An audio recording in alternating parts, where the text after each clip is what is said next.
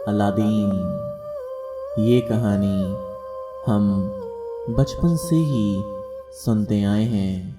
Aladdin और उसके जादुई चिराग की कहानी सुनकर हम कल्पनाओं की ऐसी दुनिया में पहुंच जाते हैं जो बेहद रोमांचक और रहस्यमयी थी।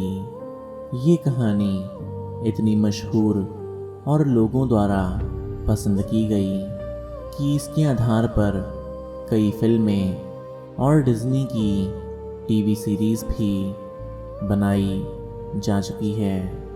अलादीन की कहानी के पीछे कई रहस्य मौजूद हैं, जैसे कि इस कहानी के पीछे की शुरुआत कहाँ से हुई, क्या ये कहानी किसी असली इंसान के जीवन पर आधारित है, क्या उस इंसान के पास जादुई चिराग था, तो उस चिराग को आज भी कहीं ना कहीं मौजूद होना चाहिए। ऐसे ना जाने कितने सारे सवाल हमारे दिमाग में उठने लगते हैं, और आज के इस वीडियो में हम इन्हीं सारे सवालों के जवाब ढूंढने की कोशिश करने वाले हैं। तो आज की इस वीडियो को अंत तक पूरा ज़रूर देखिएगा। इससे पहले कि हम अलादीन के रहस्य की बात करें, हमें पहले एक महिला की कहानी के बारे में जानना होगा, जिसकी वजह से अलादीन की कहानी हमारे सामने आई। बहुत पुराने समय की बात है। पर्शिया में मोनार्क नाम का एक राजा था जो अपनी रानी और पूरे परिवार के साथ खुशी से रहता था। लेकिन अचानक एक दिन उसे पता चला कि उसके भाई की बेगम उसे धोखा दे रही है। राजा ने उसे मौत की सज़ा दी और फिर उसे अपनी पत्नी पर शक हो गया। थोड़ी छानबीन करने पर मोनार्क ने पाया कि उसकी पत्नी भी उसे धोखा दे रही है। राजा क्रोध में जलने लगा और उसने अपनी पत्नी का खून कर दिया। इस घटना के बाद राजा को लगने लगा कि सारी स्त्रियां ऐसी ही होती हैं, इसीलिए वो कुंवारी लड़कियों से शादी करता गया और शादी के दिन के रात ही उनकी जान लेने लगा। फिर एक समय ऐसा आया जब राजा के लिए प्रजा में कोई भी कुंवारी लड़की नहीं बची थी। बहुत खोज करने पर भी वजीर को राजा के लिए कोई भी कुंवारी लड़की नहीं मिली। तब उसने अपनी बेटी शहरज़ाद से राजा की शादी करवा दी। शहरज़ाद बेहद खूबसूरत और अक्लमंद थी। उसे कहानियाँ सुनाने में महारत हासिल थी, इसीलिए उसने पहली रात राजा को एक मनमोहक कहानी सुनाई। लेकिन कहानी का अंत राजा को नहीं बताया। कहानी का अंत जानने की उत्सुकता में राजा ने उसे उस रात को नहीं मारा। फिर राजा ने दूसरी रात भी ऐसा ही किया। वो हर रात राजा को कहानी सुनाती और उस कहानी का अंत रहस्य में रखती। वो कहानियों के द्वारा राजा के मन पर प्रभाव डालती थी और ऐसा करते करते 1001 रातों तक वो राजा को कहानियाँ सुनाती रही। तब राजा का हृदय परिवर्तित हो चुका था और उसने शहरज़ाद को कभी नहीं मारा। इन्हीं 1001 कहानियों को मौखिक रूप से पीढ़ी दर पीढ़ी सुनाया जाता रहा और इन्हीं कहानियों को संग्रहित करके किताब में लिखा गया। इन्हीं कहानियों में से एक कहानी थी अलादीन और उसका जादुई चिराग और अरेबियन नाइट्स। इसके अलावा सिंदबाद द सेलर और अली बाबा 40 चोर, ऐसी मशहूर कहानियाँ भी 1001 नाइट्स नाम की किताब में दर्ज हैं। अब सवाल ये उठता है कि शहरज़ाद ने राजा को जो कहानियाँ सुनाई थीं वो सब काल्पनिक थीं या फिर उसमें कुछ सच्चाई मौजूद थी। बहुत से लोगों का मानना है जैसे हमारे ग्रंथ और कहानियाँ सच्चाई पर आधारित हैं, उसी प्रकार अलादीन की कहानी दरअसल सच है।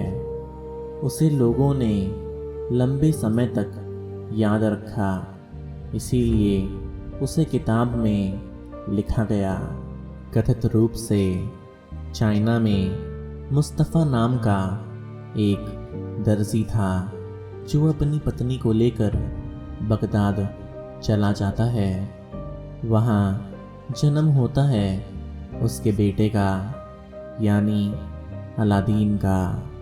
मुस्तफ़ा की मौत बहुत ही जल्द हो जाती है, जिसकी वजह से अलादीन और उसकी माँ बहुत गरीबी में ज़िंदगी बिताने लगते हैं। एक दिन मुस्तफ़ा का भाई उनसे मिलने पहुंचता है, जो असल में बहुत शक्तिशाली जादूगर था। वो जाकर अलादीन की माँ से अलादीन के लिए एक नई दुकान खोलने और उसे धंधा करने का हुनर सिखाने की बात करता है। अलादीन की माँ वैसे भी गरीबी से परेशान रहती है, इसीलिए वो तुरंत अलादीन को अपने चाचा के साथ जाने को कहती है। अलादीन का चाचा उसे गुफा में ले जाता है और उसे एक अंगूठी देकर कहता है कि गुफा के अंदर जाकर चिराग को ढूंढो। अलादीन अंदर जाकर चिराग को ढूंढ लेता है, लेकिन उसे पता नहीं होता कि उसके अंदर जिन है।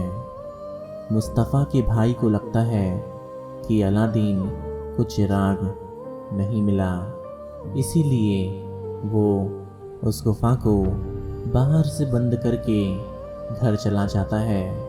अलादीन गुफा के अंदर घबरा जाता है।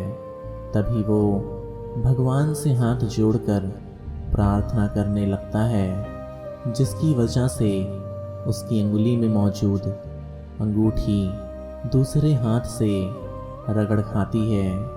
फिर वहाँ प्रकट होता है एक जिन, जो अलादीन से उसकी मनोकामना पूछता है।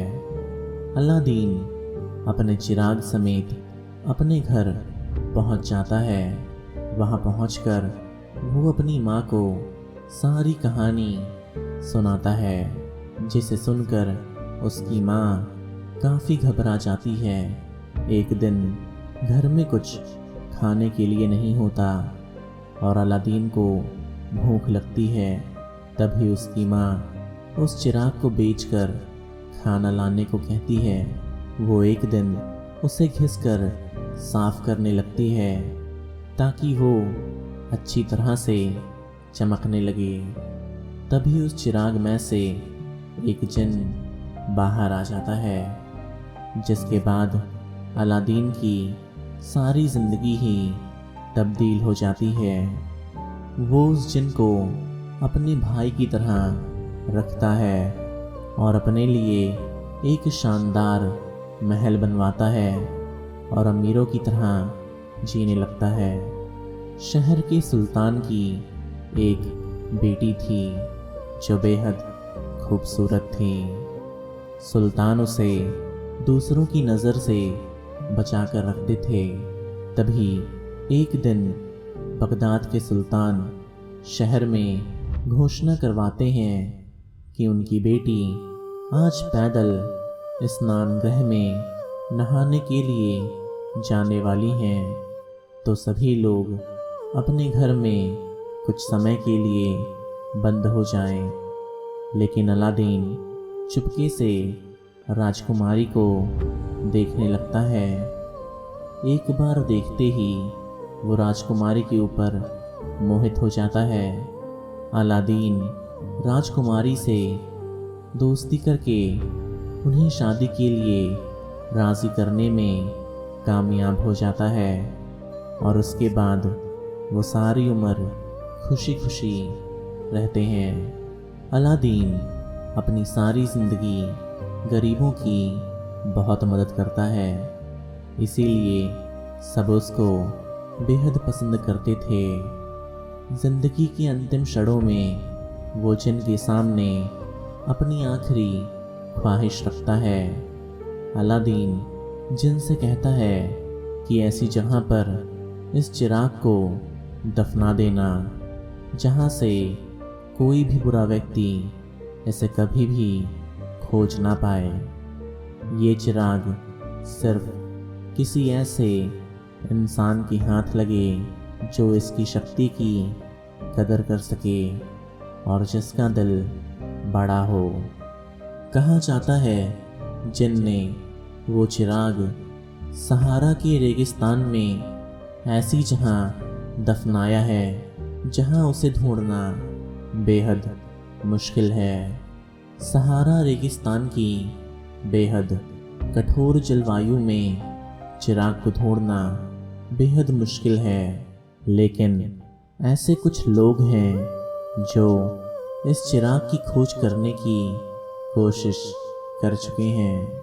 अलादीन की कहानी सच है या कल्पना, ये बात तो तय नहीं कर सकते, लेकिन अगर ये कहानी सच्ची है तो आज भी कहीं अलादीन का वो जादुई चिराग धरती के किसी कोने में महफूज होगा और किसी दिन मेरे हाथ लगेगा। आपका इस कहानी के बारे में क्या मानना है, हमें कमेंट सेक्शन में कमेंट करके ज़रूर बताइएगा। तो आज की इस वीडियो में सिर्फ इतना ही। अगर आपको ये वीडियो पसंद आई हो तो इस वीडियो को लाइक और शेयर करना मत भूलिएगा और ऐसी ही कहानियों को और देखने के लिए अपने इस क्यूट से चैनल ओब्लिवियन फैक्ट्स को सब्सक्राइब करना मत भूलिएगा। धन्यवाद।